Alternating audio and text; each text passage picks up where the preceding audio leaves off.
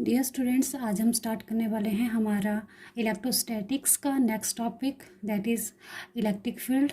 तो चलिए जानते हैं इलेक्ट्रिक फील्ड क्या होती है। आपने जैसे पहले चार्ज के बारे में पढ़ा है, चार्ज क्या होता है। जैसे कोई चार्ज है, हमने ये माना है कि इस चार्ज जो है, इस चार्ज का इसके सराउंडिंग में अपना कोई इन्फ्लुएंस है। जैसे हमने कोई भी, जैसे मान लो पॉजिटिव चार्ज ले लिया, इस पॉजिटिव चार्ज का इसके सराउंडिंग में अपनी एक फील्ड होगी, इसका प्रभाव होगा इसके सराउंडिंग में। इसके सराउंडिंग में अगर मान लो कुछ दूरी पे हम कोई चार्ज लेकर के आते हैं, तो वो चार्ज इस चार्ज की अपीयरेंस को फील करेगा। मतलब मान लो अगर ये भी यहाँ पे कोई किसी दूरी पे हमने यहाँ पे कोई पॉजिटिव टेस्ट चार्ज ले आए, तो क्या होगा, ये टेस्ट चार्ज, ये जो चार्ज है, ये चार्ज इसके इन्फ्लुएंस में फोर्स ऑफ, अब सेम टाइप के चार्जेज हैं तो क्या होंगे दोनों के बीच में, force of repulsion, electrostatic force of repulsion होंगी इनमें। तो ये क्या करेगा, रिपल्सिव फोर्स फील करेगा। तो इसका मतलब ये है, अब मान लो कि अगर हमने इसको कुछ और थोड़ी और दूर रखा होता, तो वहाँ पे जो फोर्स ऑफ रिपल्सन है थोड़ी कम फील करता ही है। अगर और दूर रखा हो तो मान लो वहाँ पे वो फील ही नहीं कर रहा है, तो इसका मतलब है इसकी जो, इस चार्ज की जो फील्ड थी वो कुछ दूर जा करके क्या हो गई, ख़त्म हो गई, वहाँ पे उसका इन्फ्लुएंस नहीं है।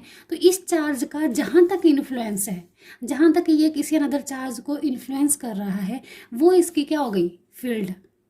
ठीक है, तो हम कह सकते हैं कि जो इलेक्ट्रिक फील्ड क्या होती है,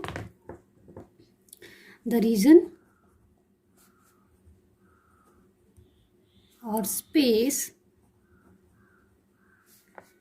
around a charge body within which its influence can be felt by other small charges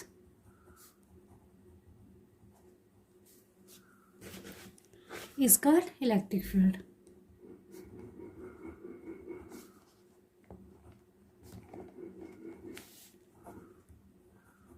okay, अब यहाँ पे बात आई कि जैसे ये चीज़ मैंने आपको समझाई कि कोई चार्ज था, हम दूसरे चार्ज के लिए क्या लिखा कि हमने कोई स्मॉल चार्ज लिया, ये चार्ज हमने स्मॉल चार्जेस माने और ये मेन चार्ज माना। ठीक है, तो इस स्मॉल चार्ज को हम नाम दे देते हैं सोर्स चार्ज। और जो चार्ज, स्मॉल चार्ज हमने कंसीडर किया, जो इसके इन्फ्लुएंस को फील कर रहा था, उसको नाम दे दिया हमने टेस्ट चार्ज। बट इसको कैसे लेंगे, बहुत ही स्मॉल चार्ज लेंगे। फॉर एग्जांपल आप यहाँ पे देखें कि मैं यहाँ पे एक चार्ज लेती हूँ, ये कोई बड़ा सा चार्ज लिया जिसका नाम हमने दे दिया सोर्स चार्ज। ठीक है, ये जो सोर्स चार्ज है, इस सोर्स चार्ज की अब क्या होगी, इसकी सराउंडिंग में इसकी इलेक्ट्रिक फील्ड होगी। अब हम कोई और छोटा सा चार्ज ले आते हैं, ठीक है, हर एक चार्ज होगा, हर एक चार्ज की अपनी एक फील्ड होती है, बट हम छोटा चार्ज क्यों ले रहे हैं, क्योंकि अगर कोई चार्ज छोटा सा है उसकी इलेक्ट्रिक फील्ड भी छोटी सी होगी, उसका इन्फ्लुएंस किसी दूसरी चीज़ पे भी बहुत कम होगा। ठीक है, इसलिए हम एक छोटा सा चार्ज ले रहे हैं। इस छोटे से चार्ज को हम नाम दे देते हैं टेस्ट चार्ज। ठीक है, तो जो चार्ज है, जो हम अगर आगे हम कुछ एक्सप्रेशंस करेंगे या कुछ न्यूमेरिकल सॉल्व करेंगे, तो उसमें हम देखेंगे कि हम एक चीज़ को सोर्स चार्ज ले रहे हैं और एक को हम टेस्ट चार्ज कंसीडर कर रहे हैं। तो ये सोर्स चार्ज और टेस्ट चार्ज में क्या डिफरेंस है, क्या इससे हमें क्या पता चल रहा है इस वर्ड से। ठीक है, तो मतलब सोर्स चार्ज क्या होता है, ये मेन चार्ज, मतलब कोई चार्ज ले लिया, उसकी कोई इलेक्ट्रिक फील्ड है, उसकी इलेक्ट्रिक फील्ड के अंदर हम किस तरह के चेंजेस देख रहे हैं या किस तरह की एक्टिविटीज़ देख रहे हैं। टेस्ट चार्ज जो है, मान लो कोई टेस्ट चार्ज है यहाँ पे, इसको ये मतलब इधर को क्या कर रहा है, इसको, ये टेस्ट चार्ज मान लो पॉजिटिव ही टेस्ट चार्ज है, ठीक है, स्मॉल टेस्ट चार्ज है, तो ये चार्ज इसको क्या करेगा, इसके ऊपर फोर्स लगाएगा, इलेक्ट्रोस्टैटिक फोर्स, चाहे वो फोर्स ऑफ रिपल्शन हो या फोर्स ऑफ अट्रैक्शन हो। ठीक है, इसके ऊपर वो फोर्स लगेगी। तो ये आपका क्या है, क्या ये इसकी मान लो इस यहाँ से यहाँ तक क्या बन जाएगी, इसकी electric field exert on force exert force on test charge, ठीक है, टेस्ट चार्ज के ऊपर आपकी फोर्स लगेगी। तो ये सोर्स चार्ज क्या करेगा, क्रिएट इलेक्ट्रिक फील्ड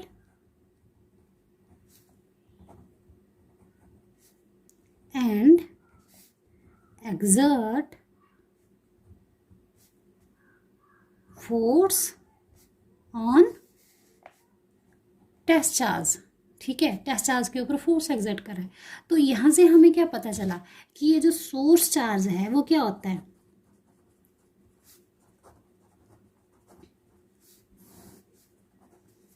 ठीक है, ये आपके पास इलेक्ट्रिक फील्ड थी। अब आपके पास सोर्स चार्ज क्या हुआ, हम लिख सकते हैं the point charge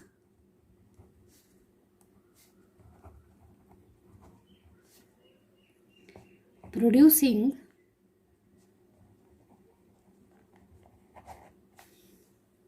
electric field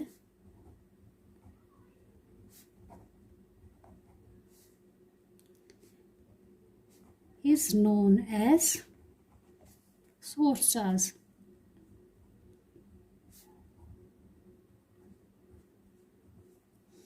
ठीक है, हम नेक्स्ट बात आती है टेस्ट चार्ज क्या है आपके पास, टेस्ट चार्ज। तो इसके लिए हम लिख सकते हैं, हमने क्या कंसीडर किया कि इसको बहुत बहुत छोटा कंसीडर करना है, इनफाइनाइटेसिमली स्मॉल चार्ज, ठीक है। तो हम लिख सकते हैं the इनफाइनाइटेसिमली small charge experiencing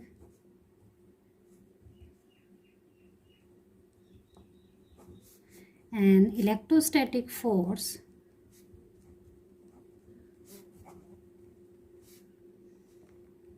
in the electric field of a source charge, ठीक है, वो आपको क्या कहलाएगा, test charge, is known as test charge. Next अब हमारे पास टॉपिक आता है इलेक्ट्रिक फील्ड इंटेंसिटी क्या होती है, electric field intensity.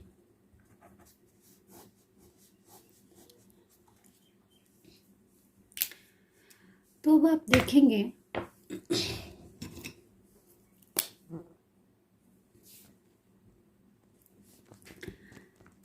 Electric field intensity आपके पास क्या होगी, the electric field intensity due to a source charge at any point. Source charge के द्वारा जो इलेक्ट्रिक फील्ड बनाई गई किसी भी पॉइंट के ऊपर, जैसे मान लो ये हम कोई क्यू सोर्स चार्ज लेते हैं, ठीक है। अब इस सोर्स चार्ज के इसके सराउंडिंग में क्या बन गई, इलेक्ट्रिक फील्ड बन गई, ठीक है। अब हम क्या करते हैं, कुछ डिस्टेंस की दूरी पे, मान लो कोई भी पॉइंट ले लिया, जैसे यहाँ पे हमने कोई पॉइंट ले लिया, तो इस पॉइंट के ऊपर हमने चेक करना है कि इस सोर्स चार्ज की यहाँ पे इलेक्ट्रिक फील्ड की कितनी इंटेंसिटी है, कम है, ज़्यादा है, कितना है, मतलब इस पॉइंट पे कितनी इलेक्ट्रिक फील्ड है, किसकी, इस सोर्स चार्ज की, ठीक है। तो यहाँ पे ये पता करने के लिए अब यहाँ कितनी इलेक्ट्रिक फील्ड इंटेंसिटी है, तो हम क्या करेंगे, यहाँ पे कोई टेस्ट चार्ज ले लेंगे Q0, ठीक है। इस P पॉइंट मान लो, इस P पॉइंट पे हम कोई टेस्ट चार्ज ले लेते हैं Q0। तो ये Q0 यहाँ पे जो जितनी भी इसके द्वारा जितनी फोर्स ये यहाँ पे फील करेगा, ठीक है, वो उसकी क्या कहला जाएगी, इलेक्ट्रिक फील्ड इंटेंसिटी, ठीक है। तो हम ये कह सकते हैं कि इलेक्ट्रिक फील्ड इंटेंसिटी आपके पास क्या हुई, the electric field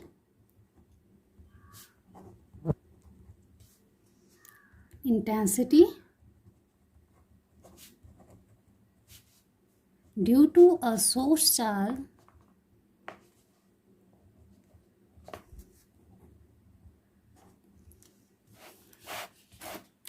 at any point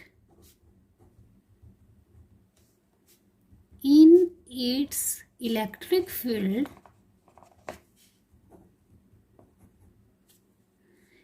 is defined as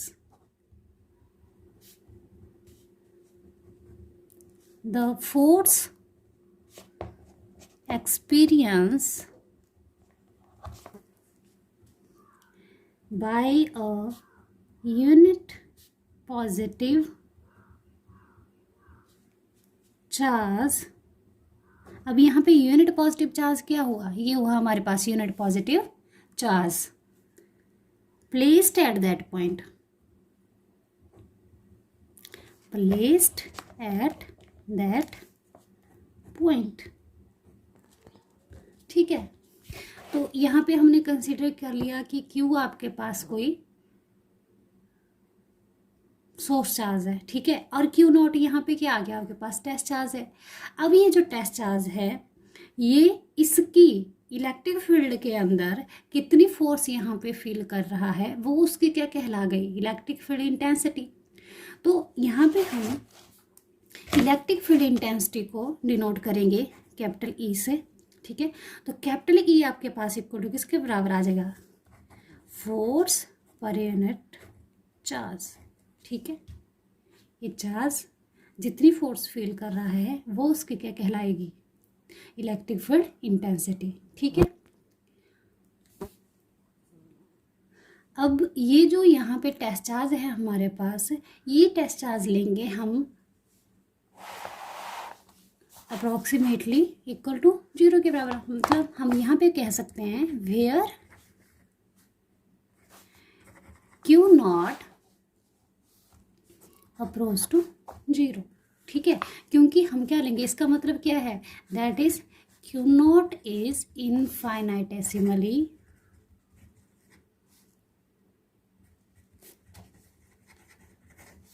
small.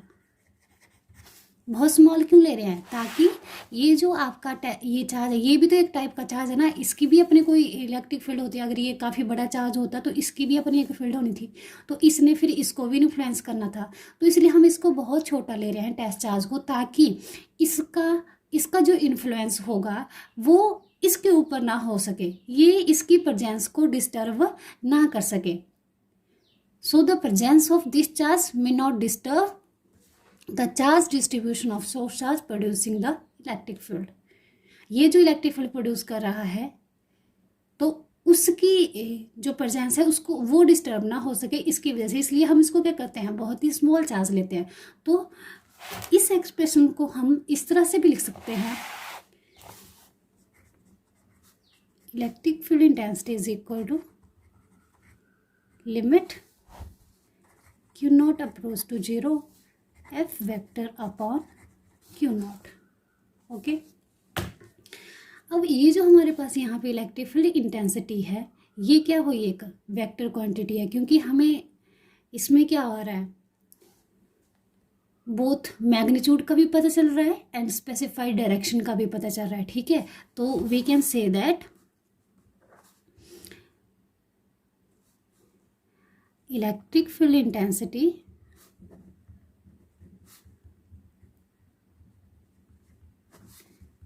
is a vector quantity। Okay, अब हम इसका SI यूनिट जान लेते हैं। SI यूनिट क्या होगी इसकी। ठीक है, तो अब आपने देखा कि जैसे कि आपके पास यहाँ पे फार्मूला क्या बना हुआ कि इलेक्ट्रिक फील्ड इक्वल टू किसके बराबर है, फोर्स अपॉन चार्ज। तो आपको पता है कि जो फोर्स है, फोर्स की यूनिट क्या आती है, न्यूटन, और चार्ज की यूनिट क्या होती है, कूलम। तो हमारे पास क्या बन गया, न्यूटन पर कूलम। तो ये हमारे पास इसकी SI यूनिट आ गई। ठीक है, नेक्स्ट हम इसका डायमेंशनल फार्मूला जान लेते हैं। तो उसके लिए क्या करेंगे, E इक्वल टू क्या आएगा, डायमेंशनल फार्मूला ऑफ F लिखेंगे and dimensional formula of Q। तो F का डायमेंशनल फार्मूला आपके पास क्या आता है, अब देखो पहले तो चलो F तो इस तरह से लिख लिया, और Q इक्वल टू आपको पता है किसके बराबर होता है, IT।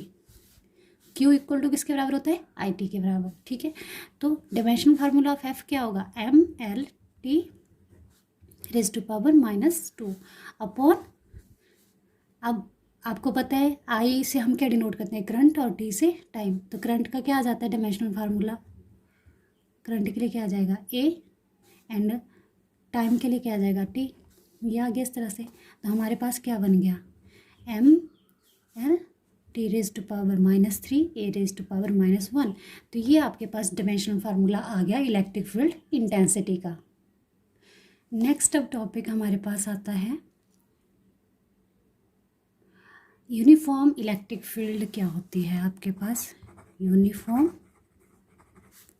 इलेक्ट्रिक, पेन खत्म हो गया शायद, यूनिफॉर्म इलेक्ट्रिक फील्ड, ठीक है। तो यूनिफॉर्म इलेक्ट्रिक फील्ड आपके पास होगी an electric field which has same strength and direction at every point in a region is called uniform electric field, ठीक है।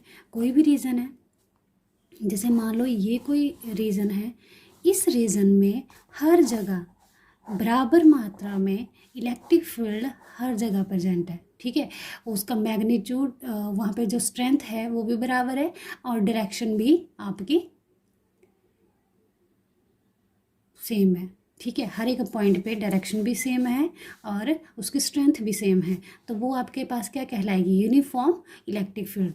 हाँ, और नॉन यूनिफॉर्म इलेक्ट्रिक फील्ड आपके पास क्या आएगी, ऐसा रीजन जैसे कि, तो चलो पहले मैं यूनिफॉर्म इलेक्ट्रिक फील्ड के लिए आपको बता दूं, N electric field which has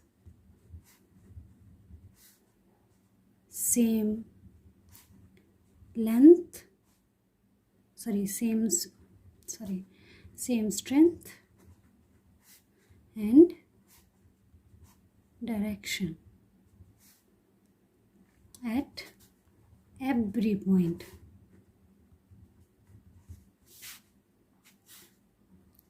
in a region, जो रीजन आपने कंसीडर किया होगा, ठीक है, is called uniform electric field. और नॉन यूनिफॉर्म इलेक्ट्रिक फील्ड क्या आएगी आपके पास, नॉन यूनिफॉर्म इलेक्ट्रिक फील्ड। उसको आप इस तरह से कर सकते हो, जैसे कोई रीजन है, उस रीजन में आपके पास इलेक्ट्रिक फील्ड लाइंस जैसे ये आ रही है या ऐसे जा रही है, इस तरह से जा रही है ना। तो अब आप देख रहे होंगे यहाँ पे आपके पास इलेक्ट्रिक फील्ड लाइंस इकट्ठी हैं, क्लोज हैं, ठीक है। और यहाँ पे आपके पास जो इलेक्ट्रिक फील्ड लाइंस हैं वो दूर दूर हैं, ठीक है। तो हम ये कह सकते हैं यहाँ पे जो स्ट्रेंथ है इलेक्ट्रिक फील्ड की, ठीक है, और जो डायरेक्शन है वो भी सेम नहीं है, ठीक है। और यहाँ पे एक तो स्ट्रेंथ सेम नहीं है ना डायरेक्शन सेम है, और यहाँ पे देखो स्ट्रेंथ भी ज़्यादा लग रही है, डायरेक्शन तो वैसे नॉन यूनिफॉर्म है, तो कहीं कम कहीं ज़्यादा जब आपके पास इलेक्ट्रिक फील्ड इंटेंसिटी होगी किसी भी रीजन में, तो वो आपके पास कहलाएगी non uniform electric field. So we can say that the electric field which has different strength and direction at different points in a region, ठीक है। तो we can say that the electric field strength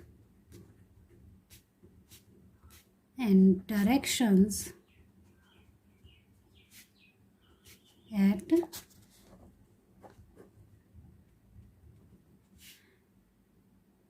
different points in a region is called non-uniform electric field.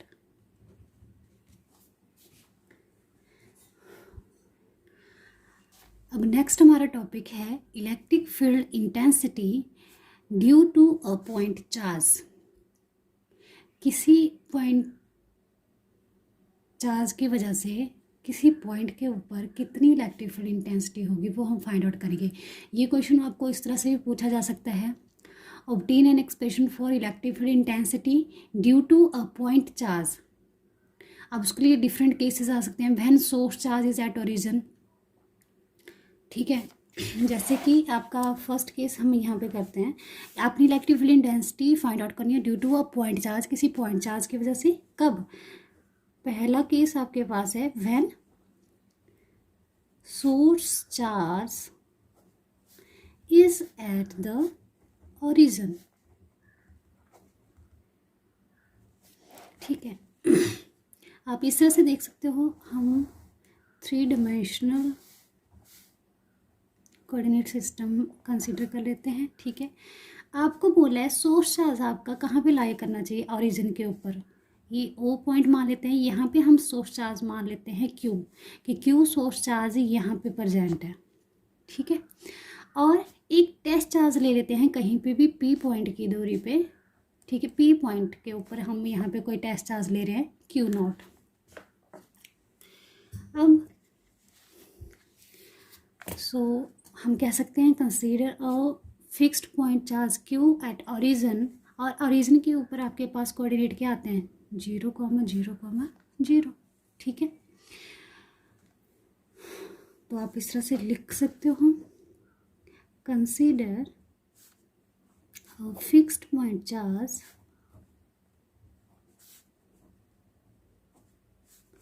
Q at the origin O. ठीक है, और उसके coordinates क्या आ गए, 0,0,0। और अब के नेक्स्ट स्टेप हमने क्या किया, हमने यहाँ पे एक टेस्ट चार्ज ले लिया क्यू नॉट। तो we can say that let q naught be the test charge placed in free space at a distance r from O। अब O से हमने ये जो टेस्ट चार्ज यहाँ पे लिया, ये लिया हमने r डिस्टेंस की दूरी पे। ठीक है, तो इसका पोजीशन वेक्टर हमारे पास क्या आ गया, r वेक्टर, और इसके यूनिट वेक्टर कितना आ जाएगा, r कैप। तो O से हमने r डिस्टेंस की दूरी पे P पॉइंट ले लिया। ठीक है, टेस्ट चार्ज ले लिया Q नॉट, और ये लिया किस में, from O in the electric field of the charge q charge की इलेक्ट्रिक फील्ड के बीच में लिया, मतलब जहाँ तक जो क्यू सोर्स चार्ज है उसकी जो इलेक्ट्रिक फील्ड है उसी के अंदर हमने एक पॉइंट पी कंसीडर किया, बट किया कहाँ पे, फ्री स्पेस में। ठीक है, अब बोला फोर्स एक्सपीरियंस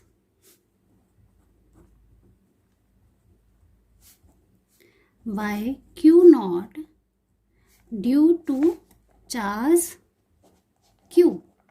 ये जो क्यू चार्ज है इसकी कितनी फोर्स एक्सपीरियंस कराइए, मतलब इसकी इलेक्ट्रिक फील्ड के अंदर जो इलेक्ट्रोस्टैटिक फोर्स है क्यू नॉट फील कर रहा है वो हम लिखेंगे, बट किसकी हेल्प से लिखेंगे, हमने कुलम्स लॉ पढ़ा है। ठीक है, कुलम लॉ ऑफ इलेक्ट्रोस्टैटिक्स, तो उसको अप्लाई करेंगे, उसको अप्लाई करके हमें यहाँ पे फोर्स की वैल्यू मिल जाएगी। ठीक है, due to charge Q is given by Coulomb's law एस। ठीक है, कैसे मिलेगा, हमारे पास क्या आता है, F vector is equal to 1/4πε0 Q, वहाँ पे आप लेते थे ना 1/4πε0 Q1 Q2। अब एक चार्ज क्या है यहाँ पे, Q1 की वैल्यू कितनी है Q, और Q2 की वैल्यू कितनी है Q नॉट। तो वो दोनों चार्जेस हमने लिख लिए, इनके बीच का डिस्टेंस कितना है R, तो हमने क्या कर लिया R वेक्टर का स्क्वायर। ठीक है, और यूनिट वेक्टर कितना है R कैप, ये हमने लिख लिया। तो ये आपके पास आ गई force experience by charge Q naught. ठीक है, इसको हम इक्वेशन 1 ले लेते हैं, where R cap is the unit vector directed along OP। ठीक है,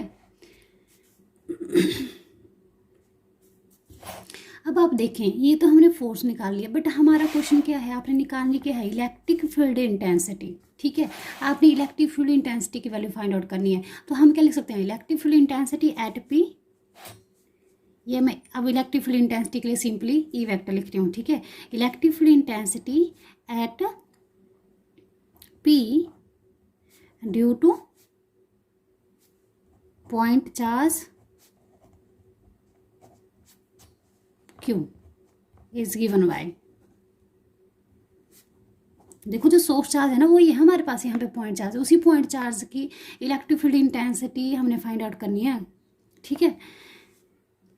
तो कितनी आएगी, इलेक्ट्रिक फील्ड इंटेंसिटी के लिए फार्मूला क्या होता है, E vector is equal to F vector upon q naught, जो मैंने आपको पहले बताया, ठीक है। यहाँ पे अब हम क्या करेंगे, एफ वेक्टर की वैल्यू पुट अप कर देंगे यहाँ पे, तो आपके पास कितना आ जाएगा, 1/4 pi epsilon naught q naught over r square r cap upon में आपके पास क्या आ रहा है, क्यू नॉट। तो सिंपली हम इस टर्म को इस तरह से भी लिख सकते हैं, 1/4 pi epsilon naught q naught over r square, और साथ में ये वाला जो क्यू नॉट है वो भी लग जाएगा साथ में क्यू नॉट, और यहाँ पे क्या लग गया, आर कैप। इस क्यू नॉट से ये क्यू नॉट अब कैंसिल हो गया आपके पास, है ना। इससे ये कैंसिल हो गया, आपके पास क्या बची, इलेक्ट्रिक फील्ड इंटेंसिटी की value, E vector is equal to 1/4 pi epsilon naught q over r square r cap. तो ये आपके पास वैल्यू आई इलेक्ट्रिक फील्ड इंटेंसिटी की at point P due to source charge या पॉइंट चार्ज क्यू, ठीक है। और इसको अगर आपने मैग्नीट्यूड फॉर्म में लिखना है तो मैग्नीट्यूड फॉर्म में आप इस तरह से लिख सकते हो, ई वेक्टर का मैग्नीट्यूड लिख लिया इसको, तो ई वेक्टर का मैग्नीट्यूड सिंपल वेक्टर फॉर्म को सिंपल फॉर्म में कन्वर्ट कर देते हैं, है ना। ये आ जाएगा विच इज इक्वल टू कितना आ जाएगा, 1/4 pi epsilon naught q over r square, ये सिंपल आपके पास आ जाएगा, ठीक है।